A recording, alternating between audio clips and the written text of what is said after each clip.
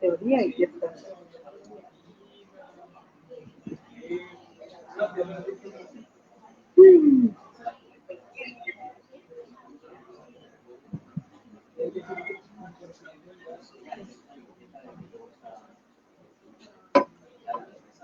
Voy a copiar el link y te lo voy a compartir. Bueno.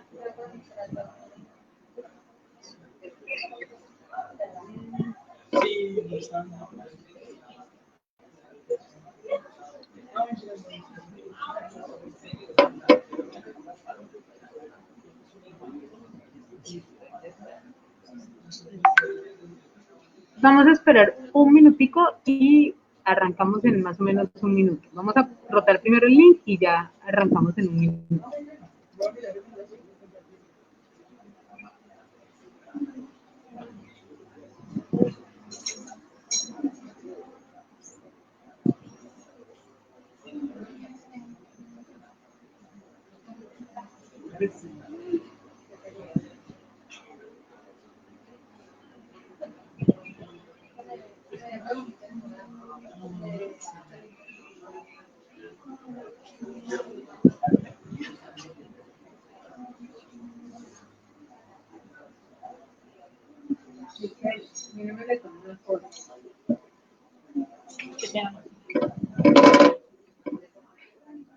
Ahí está.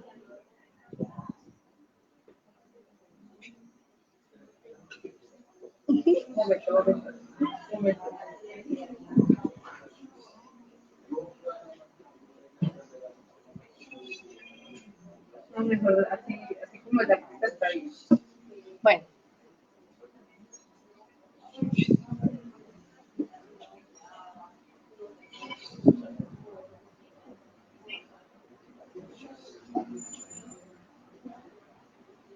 Listo.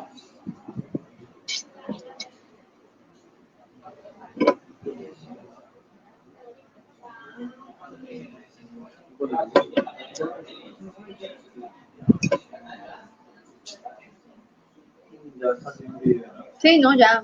Yo sé, ya estoy aquí. Hola.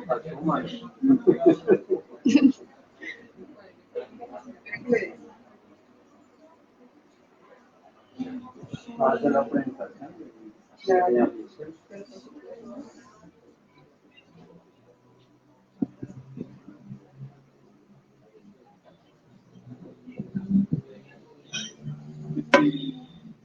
Ay, 10 personas. Qué chévere. Podemos arrancar. Bueno, les damos a todos la bienvenida, quienes están de manera presencial y quienes están conectándose de manera virtual. El día de hoy, pues en el ciclo de conversatorios que hemos estado haciendo por el 8M, nos acompaña Michelle. Michelle nos va a hablar sobre los mitos del cuidado. Entonces, pues esperamos que disfruten la charla, que si tienen algún comentario, alguna pregunta, que adelante, para eso están los comentarios abiertos. Y bueno, arrancamos. Entonces, Ay, toca devolver. sí. Y ponerla. Ajá. Ah, no, no era. Bueno, Sí. igual la puedes poner ahí, yo desde aquí lo verifico. Pero Sí, que como se ves, se vea bien. Ah, ok. Mira, ¿sí se ve bien?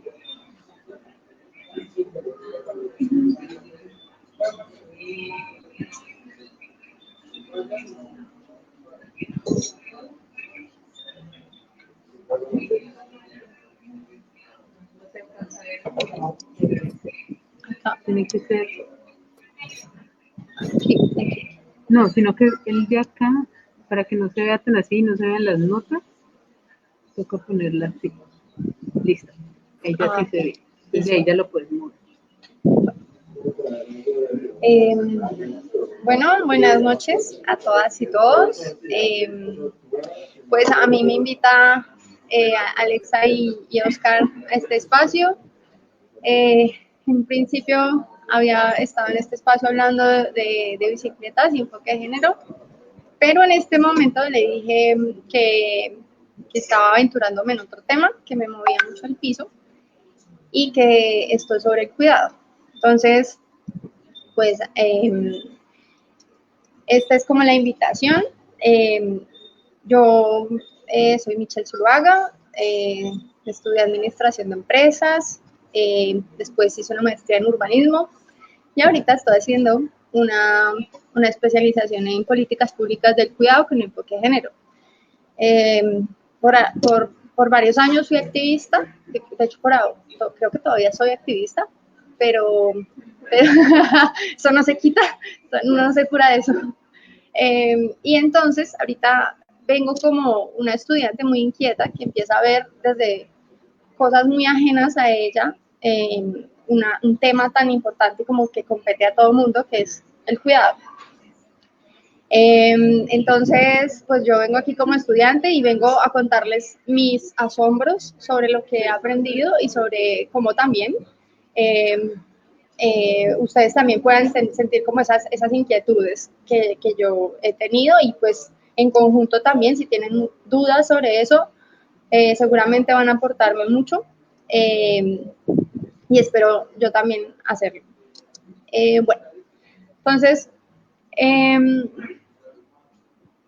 pues el estudiar, meterme como en estos temas, me asalta sobre, yo sentía la necesidad de entender por qué en el espacio público se corrían como tantos problemas, ¿no? El hecho de que las personas que tenían movilidad reducida o los niños o las personas con adultas mayores que tienen dificultad para moverse y poca autonomía después de tantos años de vivir, pues sentía que el mismo espacio no les proporcionaba como las condiciones para. Entonces, eso me hizo meterme en este asunto de cómo el tema del cuidado inunda, está tan invisible, pero es como respirar el aire. Todo se mueve todo existe porque hay cuidado, ¿sí? Entonces, yo traigo aquí como varios conceptos, primero para que empecemos a adentrarnos qué es todo esto del cuidado. Entonces, hay una autora, poquitas personas se han puesto de acuerdo con este término porque es tan amplio y se puede utilizar en muchos enfoques que realmente no se han puesto de acuerdo. Entonces, pero la que más me llama la atención y que como que mete todo es esta. Se llama, pues, estas dos señoras, la profesora Joan Tronto pone en cuestión pone este concepto sobre la mesa y es, si me permiten leer, es a nivel general, el cuidado se considera una actividad de las especies, ¿sí? Que incluye todo lo que se hace para reparar, mantener, continuar nuestro mundo, para que podamos vivir en él lo mejor posible. Y ese mundo incluye nuestro cuerpo, nosotros mismos y nuestro entorno, todo lo que busque entrelazarse en una red que sustenta la vida. Este concepto, digamos que en un amplio término, incluye lo que es cuidado. Más adelante vamos a ver cómo esto se ve en otras esferas de lo que usualmente lo hemos visto, como el cuidado de niños y adolescentes, el cuidado de adultos mayores, la labor de la enfermería y otras que usualmente asociamos con esa palabra, y que tiene que ver con una de los países que ha sido más adelantado en estos temas, y es Uruguay, quien es la única ciudad de América Latina que tiene un sistema nacional de cuidado. Entonces, ellos proponen que el cuidado son las acciones que las personas dependientes deben recibir para garantizar su derecho a la atención de las actividades y necesidades básicas de la vida diaria, por carecer de autonomía para realizarlas por sí mismas. En tanto, en ese país es un derecho y una función social que implica la promoción del desarrollo de la autonomía personal y la atención y la asistencia de personas dependientes. Esos son dos conceptos que me gustaría que los tuvieran como presentes. Listo, voy a seguir. Bueno, yo quiero mostrarles 4 fotos que me parecen importantes incluir, digamos que desde la perspectiva que yo he manejado, que es, digamos, el tema urbano, y es como yo lo he visibilizado en ese como diario vivir, ¿sí? Yo creo que el tema de cuidado va más allá de lo que hemos visto, que como les contaba, de la invisibilización de todos los roles que, por ejemplo, que a mí no me cuidaba digamos, mi mamá, si no me cuida una tía o mi abuela porque mi mamá se iba a trabajar, o todas esas cosas, creo que todas las personas nos tocan, ¿sí?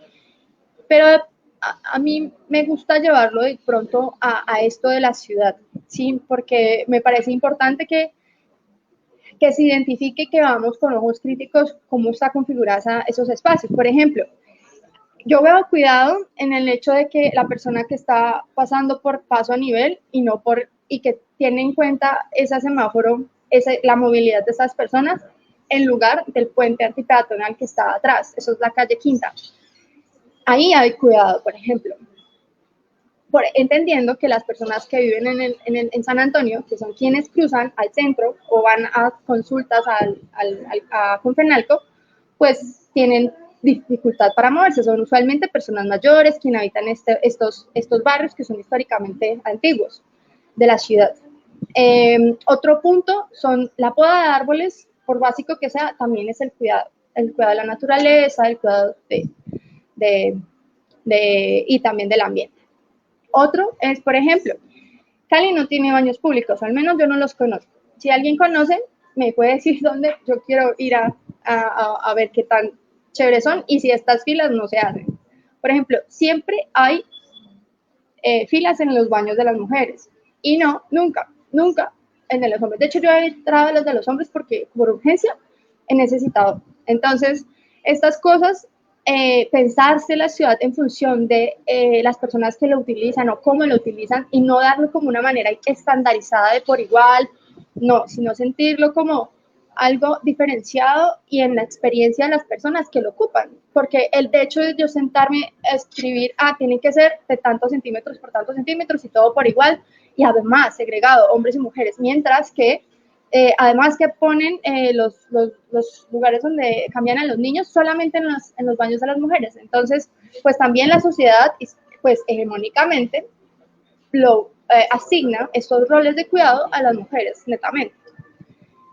Otro punto es la infraestructura que identifica la continuidad del medio ambiente, o sea, como todo lo que nos rodea y promover como otros medios de transporte más sostenibles, como la bicicleta o los medios como la movilidad activa, entre ellos el caminar, patinar, montar en patinetas, patines y todo esto, pues prioriza otras formas de moverse y no solamente la del uso particular del carro o la moto, que es lo que más ocupa el espacio.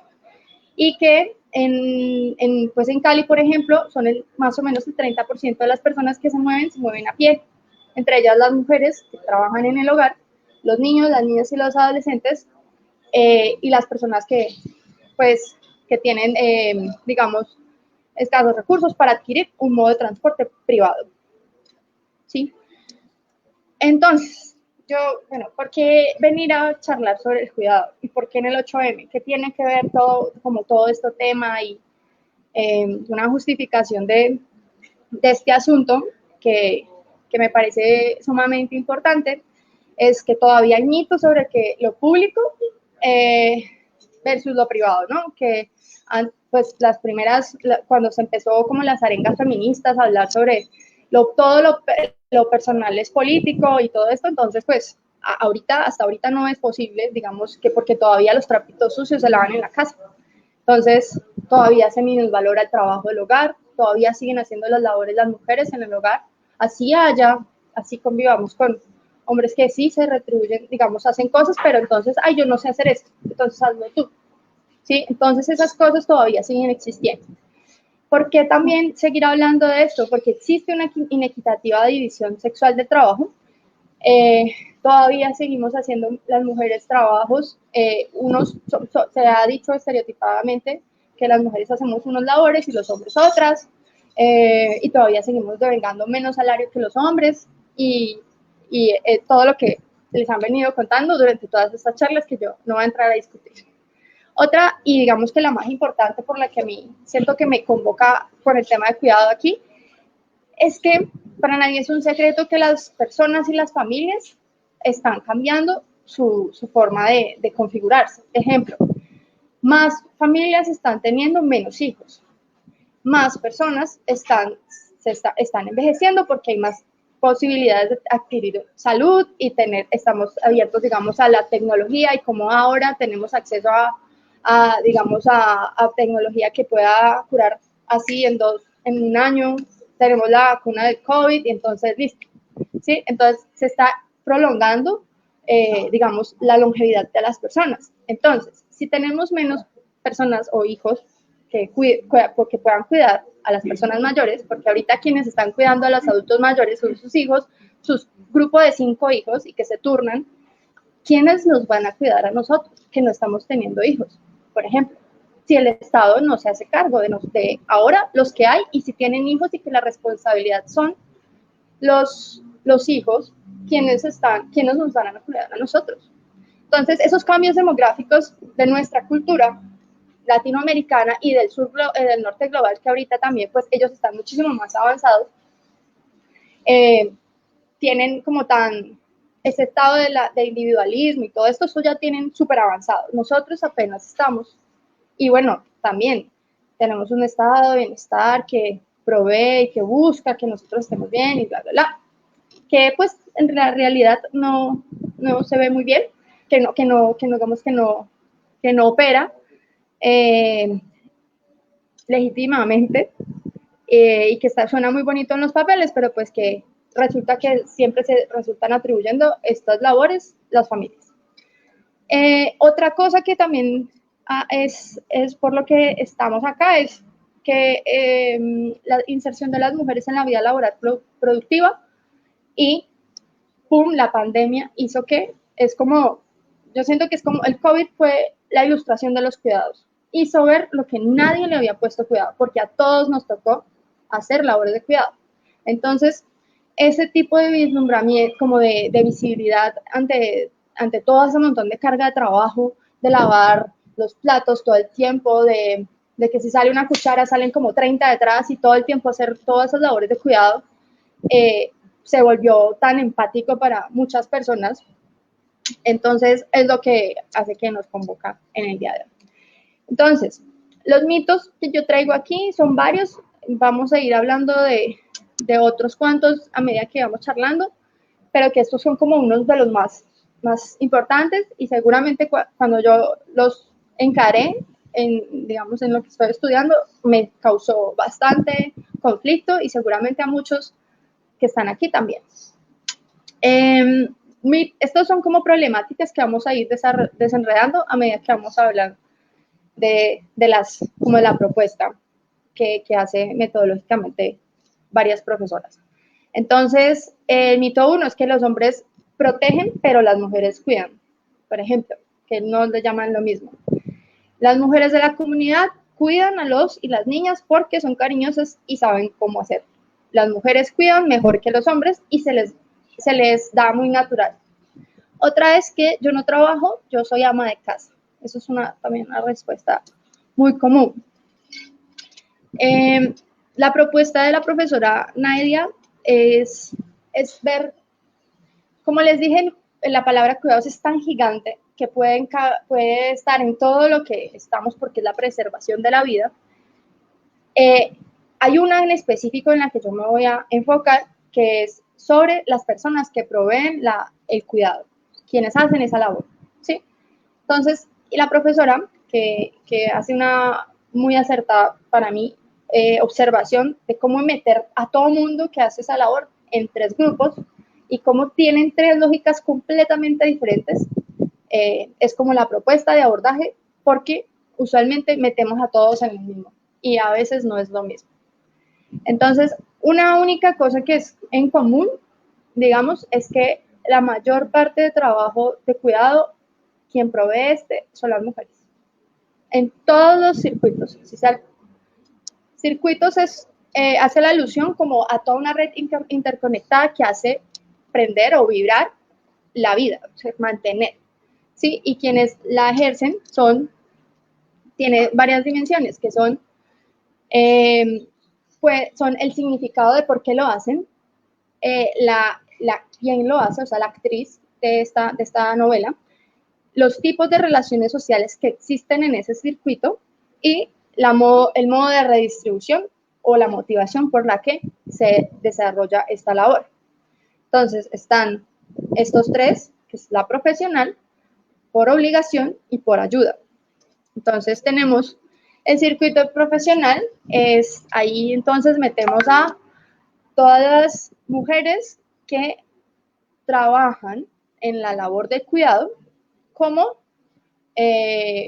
como un acto de sustento para su vida. Es decir, que trabaja por un sueldo, que tiene, su motivación es una retribución monetaria, que están ubicadas también en un tema de profesionalismo, puede también ser un reconocimiento social como trabajadora doméstica, puede ser un grupo de médicos o de enfermeras profesionales, puede ser un grupo de profesoras que enseñan en un colegio, pueden ser, este tipo de actrices es un circuito de cuidados profesionales y pues si bien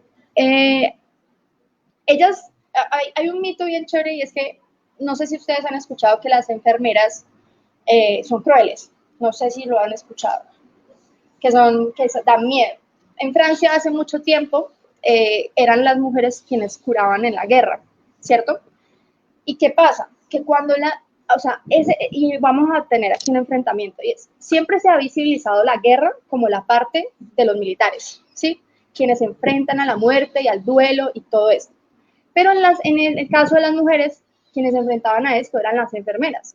Para hacer frente a ese duelo de manera colectiva, como se menospreciaba el valor de su trabajo, ellas tenían que recurrir a acciones colectivas que les mantuviera una vaina psicosocial de trabajo. Esto es como se llama psicodinámica. Cuando uno como ejecuta algunos códigos entre compañeras para sobrellevar una carga. En la carga de la muerte era algo que ellas hacían y por lo que este es un mito entonces de que no se visibilizaba de la misma forma. Los hombres, entre su virilidad de enfrentarse hacia la muerte en la guerra, en combate, pues lo que hacían era generarse entre ellos no tener miedo. Entonces, el que tiene miedo se le somete y se le burla y se le feminiza y todo eso. Entonces, lo que hacen es que lo hacen a un lado y no hace parte del grupo porque no se adapta. Mientras que las enfermeras, por ejemplo, tienen que también mostrar, ellas se burlan, por ejemplo, de esa carga, enfrentándose a la muerte de las personas pues, con las que ellas tratan, digamos, las heridas de combate y todo eso, que eran hombres que estaban usualmente también con dificultades y enfrentados también a críticos a la muerte. Entonces ellas logran hacer como un código entre ellas para sopesar toda esa carga. Eso por un lado es un mito del tema profesional. Vamos a pasar al segundo, que es los cuidados desde la familia. Y este es el que como que más empatía tenemos y el que más cercano estamos. Pero hay otros mitos sobre eso. Por ejemplo, el cuidado desde la familia es una obligación, ¿cierto? Porque si no se cuida, por ejemplo, si una mamá no cuida a su hijo, es una mala madre. Pero si un papá no cuida a su hijo, puede ser normal, ¿cierto? Entonces, ahí hay un mito grande. Y es una vaina de redistribución y de reconocimiento, de minusvaloración de esta labor.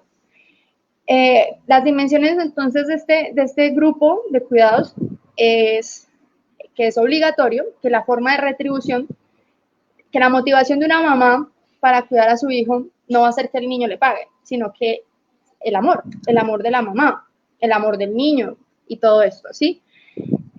También el mito de que es una tarea del hogar, no, es un trabajo también. El trabajo de cuidar a un niño es un trabajo duro de 24 horas, 7 días a la semana.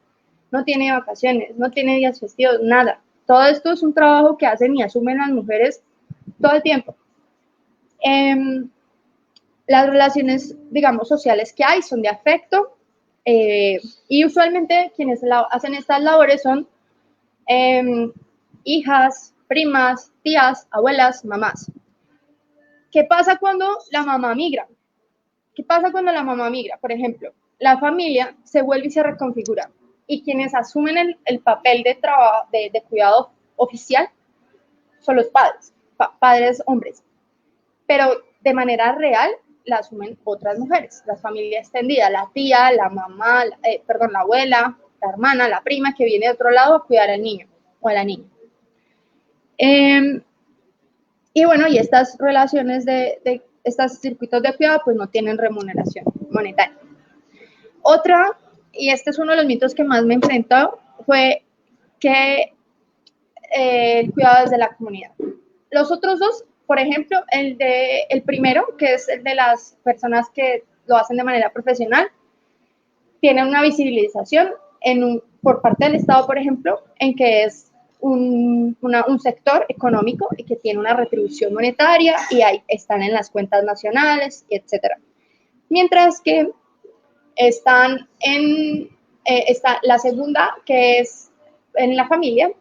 Existe en el DANE una herramienta que se llama la encuesta del uso del tiempo. Esa encuesta del uso del tiempo lo que hace es que a uno le cuentan cuántas horas se demora en cocinar, cuántas horas tiene, y eso lo contabilizan y lo monetarizan para darle una visibilización al tema del cuidado. Pero en este caso, ni lo uno ni lo otro. El cuidado desde la comunidad es una vaina que es invisible y que cuando yo lo escuché, yo quedé como... Resulta que ante la falta del Estado o de diferentes de la provisión de servicios de cuidado en espacios con altas carencias materiales, pues las personas tienen que ir a rebuscarse la comida. Y las mujeres, por ejemplo, están subsumidas en el trabajo informal. ¿Qué pasa con los niños? Porque son también quienes tienen la tasa más alta de natalidad, estas zonas, por ejemplo. El oriente de la ciudad, ¿cómo cuida? ¿Quién cuida en el oriente de la ciudad? Mientras que las mujeres que tienen jefatura femenina en el hogar van y buscan trabajo y tienen 5 niños. ¿Quién les cuida a ellos? Las hermanas, las vecinas, la familia de las abuelas, todo ese mundo de mujeres cuidan a esos niños. Y a veces ni siquiera es por una retribución monetaria, ni siquiera es porque a veces ni sean familia, puede ser la abuela o alguien lejanísimo porque usualmente son personas migrantes. Entonces, este tipo de cuidados se llama cuidados por ayuda y ese tipo de ayuda ni se contabiliza, ni se monetariza, ni nada. Esa ayuda invisibiliza la necesidad de estas personas de tener un servicio para el cuidado de los niños, de las personas mayores, porque no tienen, tienen esa necesidad perentoria urgentísima de suplir, pero quien lo hace no son otras personas y no lo pueden pagar. Entonces, esto, la forma de reciprocidad aquí o de cambio y de motivación es ayúdame hoy que yo te ayudaré mañana. No hay otra manera. Y es subjetivo, porque, por ejemplo, una mujer allá en el oriente puede ser una mami family, ellas les capacitan, creo que les capacita alguna entidad del Estado, que no me acuerdo el nombre, y les dicen, bueno, vamos a hacer unas horas de capacitación de cómo se cuida. Y allá ya saben cuidar, entonces todo bien, dice el Estado, allá cuidan y meten a 5 niños en la casa de una señora, niños de menos de 5 años, de 0 a 5. Entonces, les cuidan allí por 2 libras de arroz, otros 7,000 pesos al día, otro valor, algo netamente simbólico, y se hace de manera de ayuda o de favor. Y si la persona, porque como el cambio es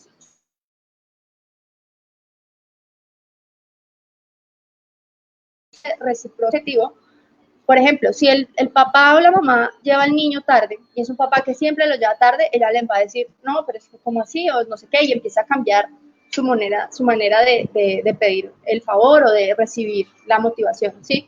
Mientras que es alguien que sabe que no tiene nada, que de pronto, o sea, todo eso de la dinámica comunitaria o de la dinámica de de conocerse tanto en el barrio, que es usualmente lo que pasa en estas zonas donde existe este circuito de cuidado, pues se vuelve algo bastante invisible para los ojos de todas las personas que han medido o miden el cuidado. Entonces, pues nada, en este caso es como el mito más grande que yo había como tenido, diciendo como, no, es que las personas que vienen de tal lado son súper unidas y eso todos se cuidan y tal, ¿no? O sea, no, es simplemente porque en este caso no hay otra forma de cuidarse. Mientras que en un barrio de estrato 4 o 5, no existe la vecindad, yo no conozco a mi vecino, yo no lo necesito para nada, yo tengo la capacidad de pagarle a alguien para que venga y me cuide a mi niño o mi niña.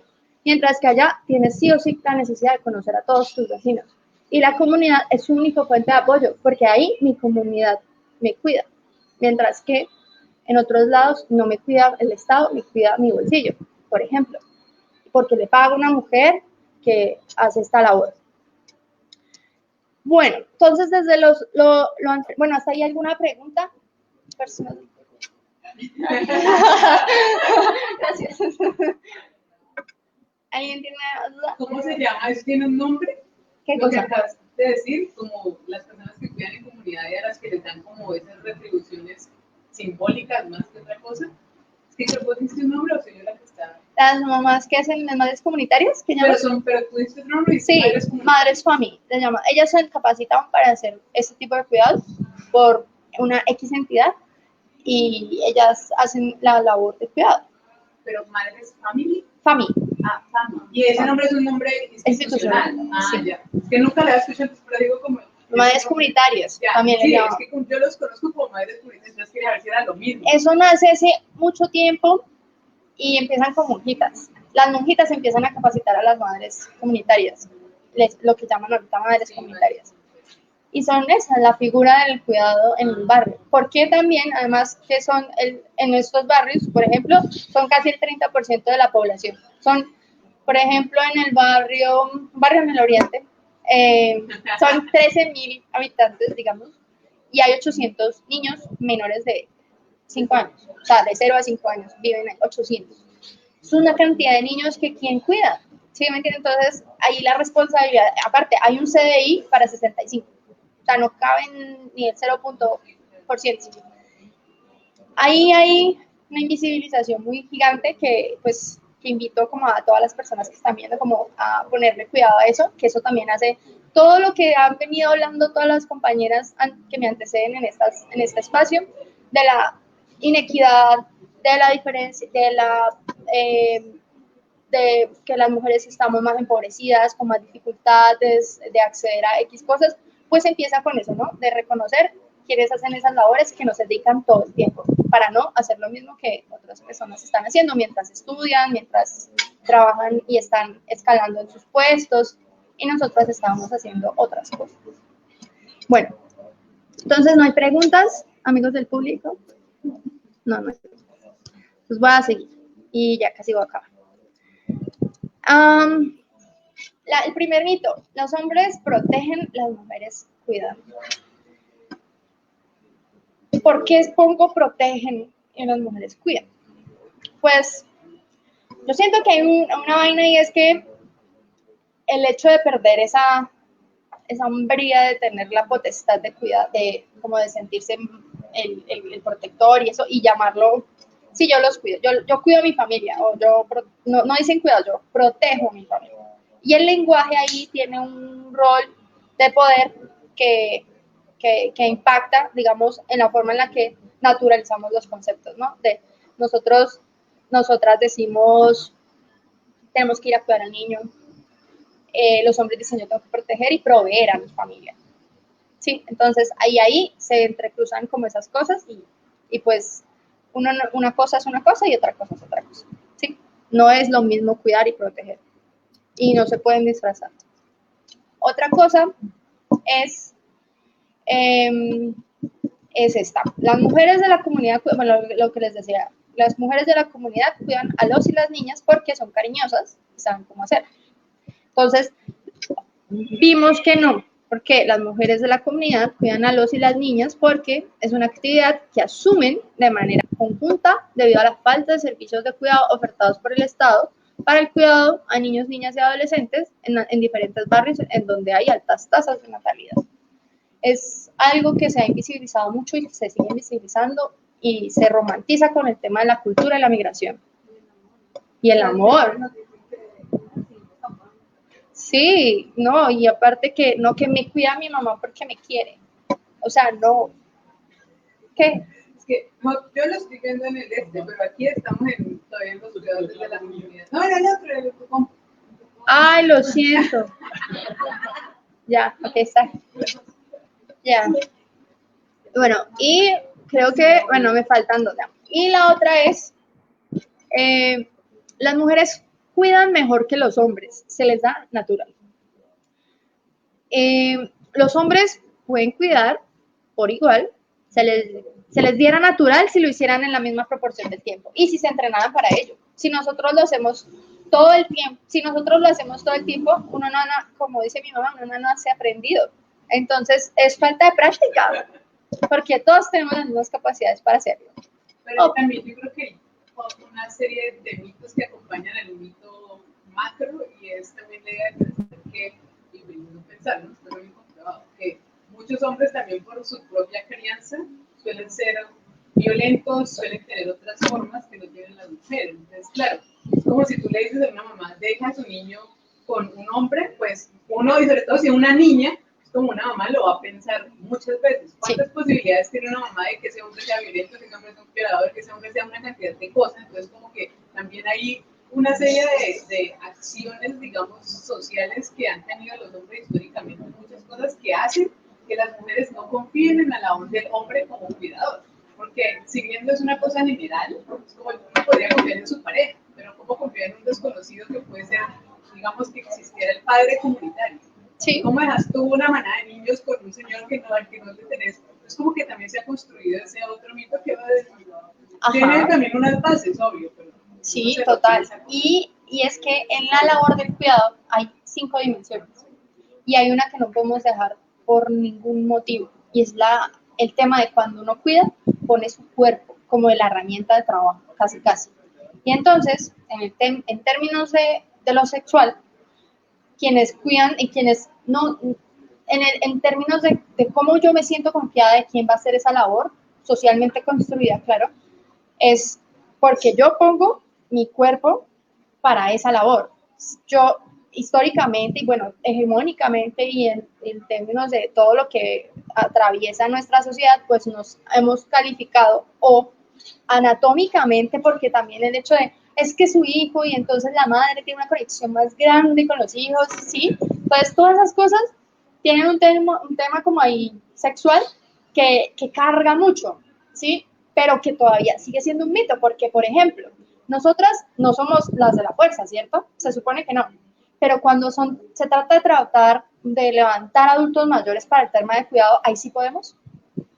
Sí, entonces es una vaina que choca con toda la realidad de eso que cargamos, del cuidado, que pues que hay que desmitificar.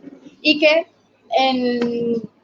pues la idea es que no debería, también hay mujeres seguramente violentas, entonces, y que no despiadadas. Por ejemplo, a mí se me olvida que estoy calentando un agua y se me olvida y se me pasa.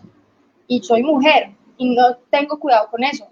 Y yo digo, a veces yo siento que no podría tener un hijo porque no podría cuidarlo. Y que me quedo dormida cuidando, no, o sea, no podría. Y es lo mismo, el estereotipo de que somos buenas para eso, nosotras nacimos y estamos predestinadas para ello. Eso es falso. Y exacto.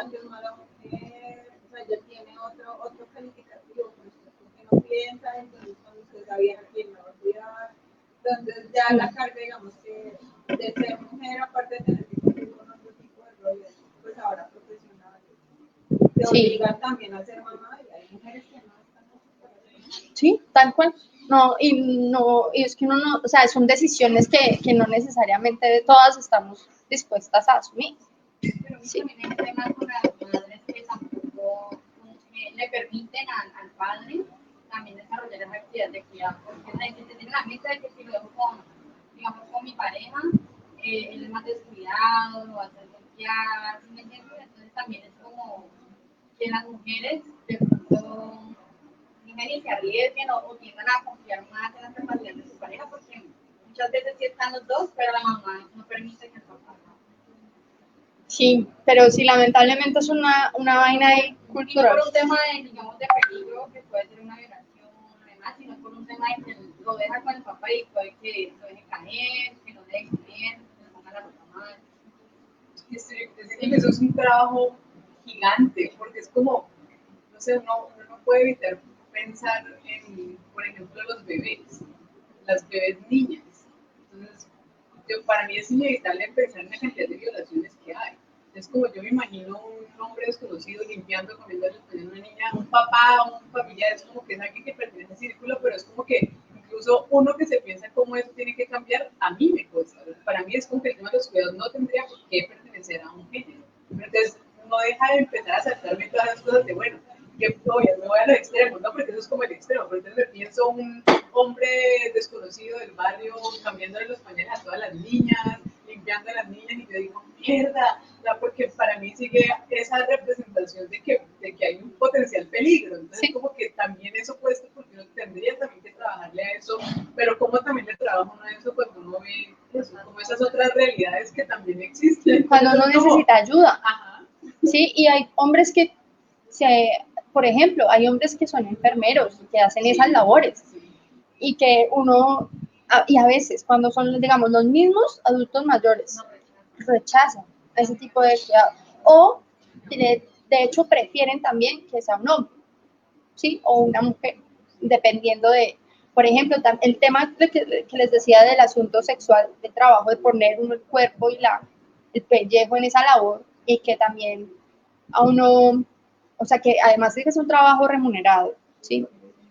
Sea un asunto que desligue lo sexual y que digamos que uno, o sea, ante el acoso de pronto también de las personas que reciben el cuidado, por ejemplo, que una enfermera le vaya a cambiar el pañal a un señor adulto mayor, por ejemplo, y diga, ay, pero ponte el pelo de esta forma porque te quiero ver de esta manera.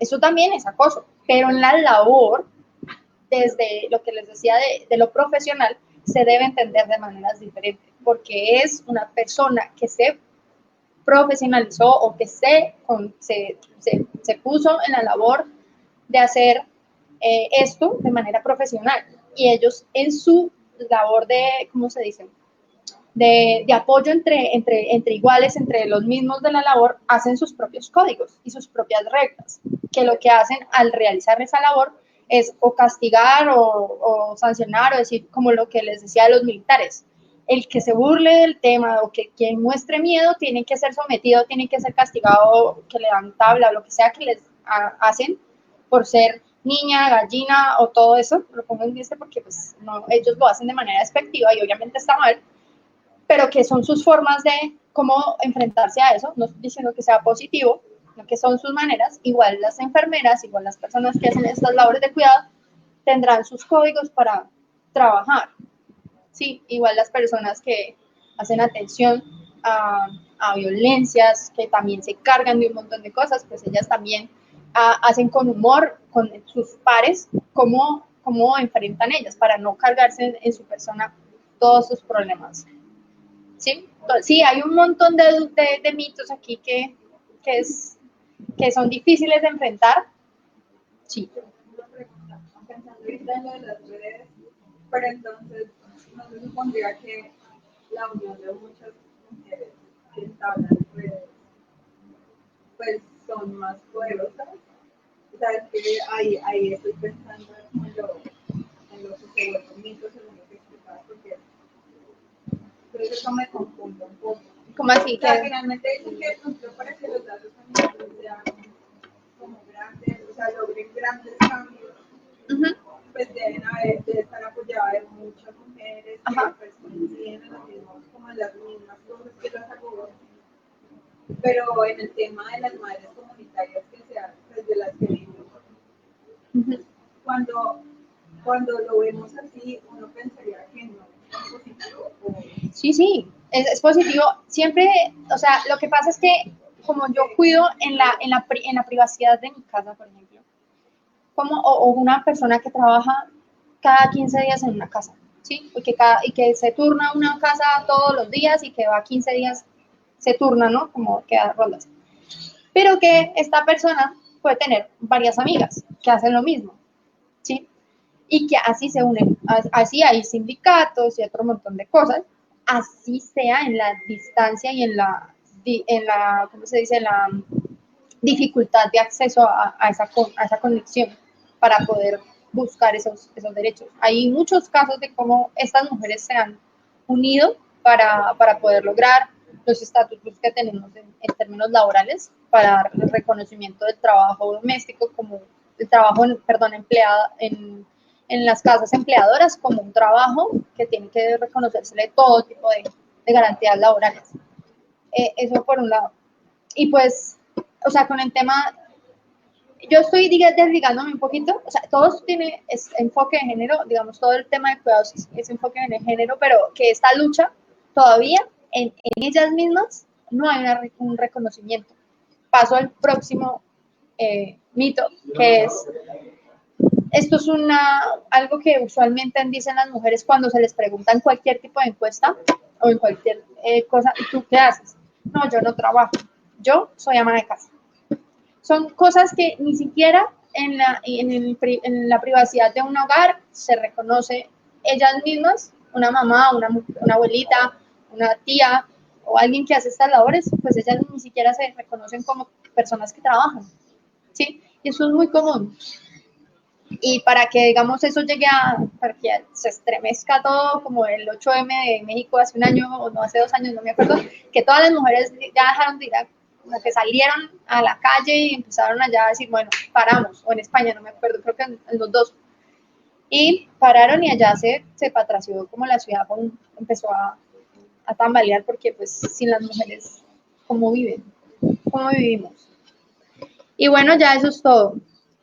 Espero que les haya gustado. Si tienen dudas, comentarios, alguna sugerencia. ¿Claro todo? ¿Sí? Ay, gracias. Ay, gracias. Pero un poco lo que decía Alexander, que un desafío monumental,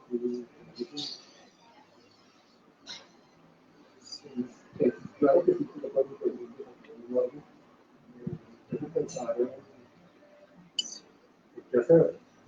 Creo que se llegan a los mitos, es decir, a ideas o principios que no tienen una ciudad real. Es un problema gravísimo en muchas situaciones, no solamente en esto, es muy grave, muy grave lo que significa el servicio. Pues creo que puede ser resultado de ciertas jerarquías y pues, de la desigualdad, de la oportunidad de hablar, de tener voz, de tener capacidad de decisiones que hombres y mujeres.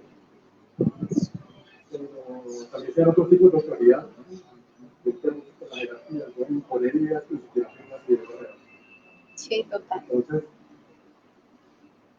es eso, creo que la política, pues, que por un lado se tiene que haber como un apoyo institucional, pues, con normas, con derechos, pero esas veces cumplir, no es que le ponga un policía a cada familia o a alguien para hacerlos cumplir. Pues, de alguna manera hay que utilizar sanciones cuando sean aceptables.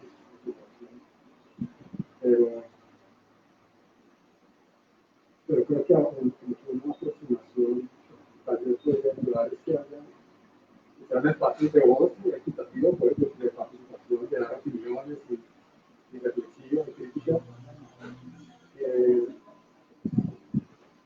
Y un diálogo reflexivo que creo que tiene que haber también en la escuela, ¿no? En los colegios, para que se haya como crear una cultura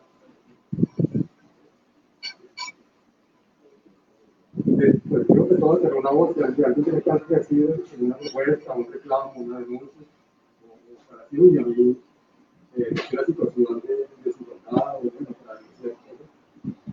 que haya esas oportunidades, esos tiempos, esos espacios para que haya muchas denuncias sobre esa comunicación, esas propuestas, de una manera crítica.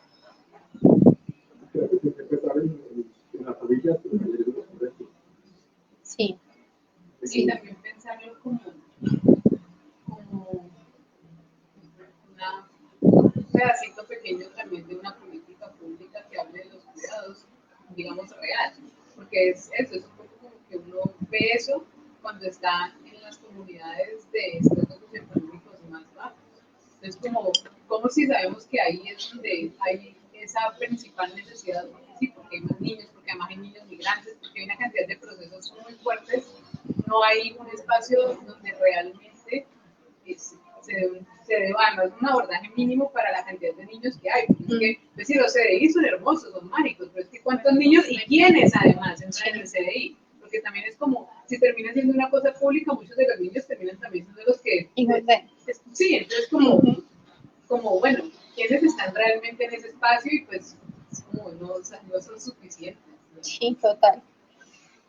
Pues yo voy a responderte con más problemas. Porque es lo único que... No, mentira. Hay varios lugares en donde han podido resolver eso y obviamente es con apoyo sincero y fervoroso de la administración local. Porque si no, no puede. No, mentira. Sí se puede. El Estado no me cuida mi familia. No, mentira, pero sí pasa así. Resulta que entonces, por ejemplo, casos como en Uruguay. En Uruguay, ¿qué hacen? Allá la población es bastante envejecida. Las personas son bastante longevas y hay pocos niños. Es un país chiquito, pero es el que más avanzado está en América Latina en términos de sistemas nacionales de cuidado. Aquí, por ejemplo, tenemos el de piloto de Sistema Distrital de Cuidados de Bogotá, que está haciendo Claudia en un pedacito de la ciudad y que lo hace como por manzanas y ahí pues están midiendo a ver qué tanto les funciona. En Cali hay una propuesta de política, no de política pública, es un eje estratégico del plan de desarrollo para cumplirse un sistema distrital de cuidados también, pero pues está todavía en planeación.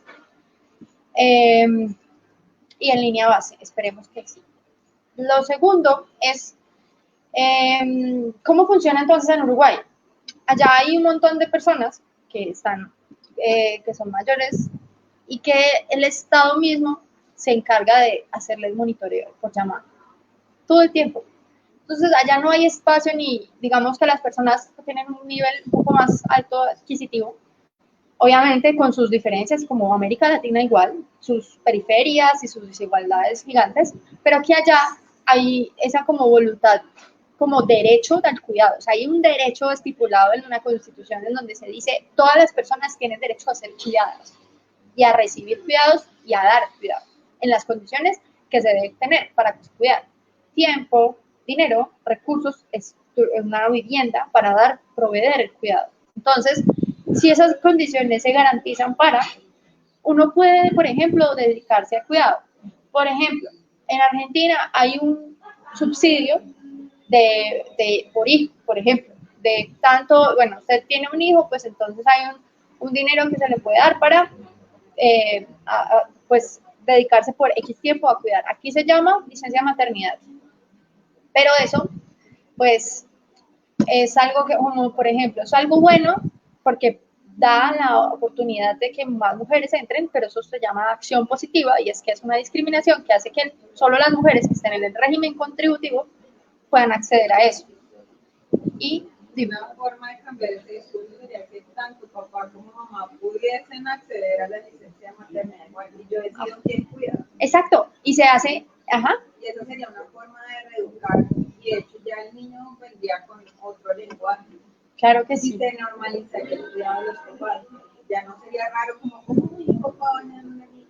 Exacto, esa es una forma, pero solamente accederían las personas que están en el régimen contributivo y también quienes están en el régimen contributivo también son mujeres que ya, o sea, la gran porción de mujeres que están en el régimen contributivo han pasado la edad para tener hijos, porque en Colombia quien tiene hijos son mujeres menores de 29 años. en su mayoría, pues el grueso pues de las mujeres, y esas mujeres por lo regular, pues si tú miras los datos del DANE, pues no están. Entonces es algo que no, o sea, es una ley y funciona para quien quiere acceder en la medida de lo posible, pero no es efectiva. Entonces es triste y todo el sistema entorpece y nos es un patriarcado tenaz. Yo sé que es el mismo discurso, pero pues es que es lo que hay. Y pues toca llamarlo por ese nombre. ¿Y qué más podemos hacer? Imposible que el Estado se meta a las casas de las personas. Eso sería malo.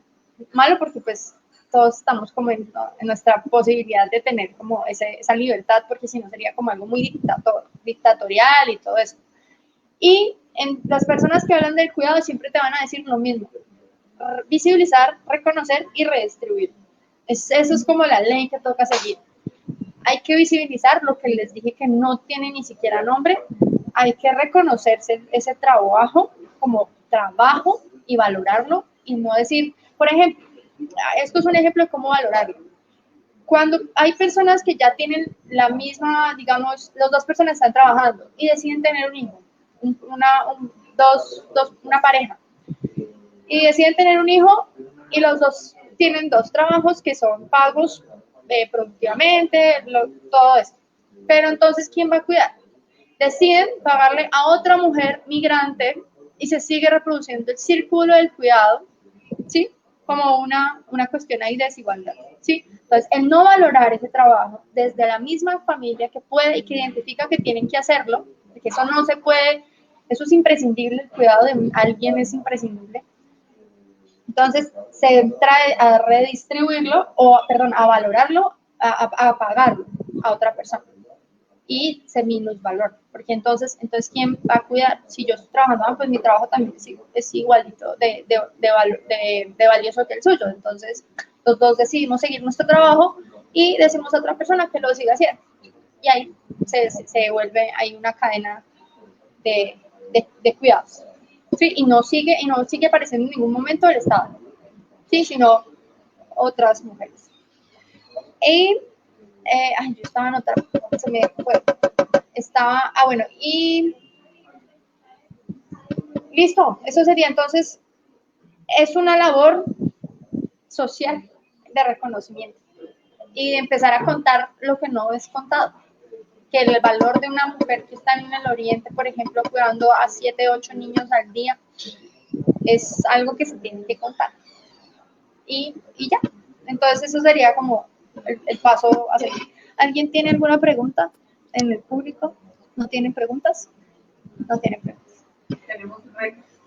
¿Ah? Tenemos retos. Retos, muchos retos que cumplir. ¿Y ya? ¿Alguna pregunta al público? ¿No? Bueno, pues. Entonces, chao, ¿cómo le doy? ¿No hay comentarios? No hay comentarios. Bueno, no, yo no veo ahí. No. Bien. Bueno, muchas gracias a quienes estuvieron conectados. Y los esperamos mañana para la próxima y creo que va a ser la última charla del ciclo que vamos a estar teniendo, pues que tuvimos y que vamos a tener durante marzo. Chao, amigos y amigas.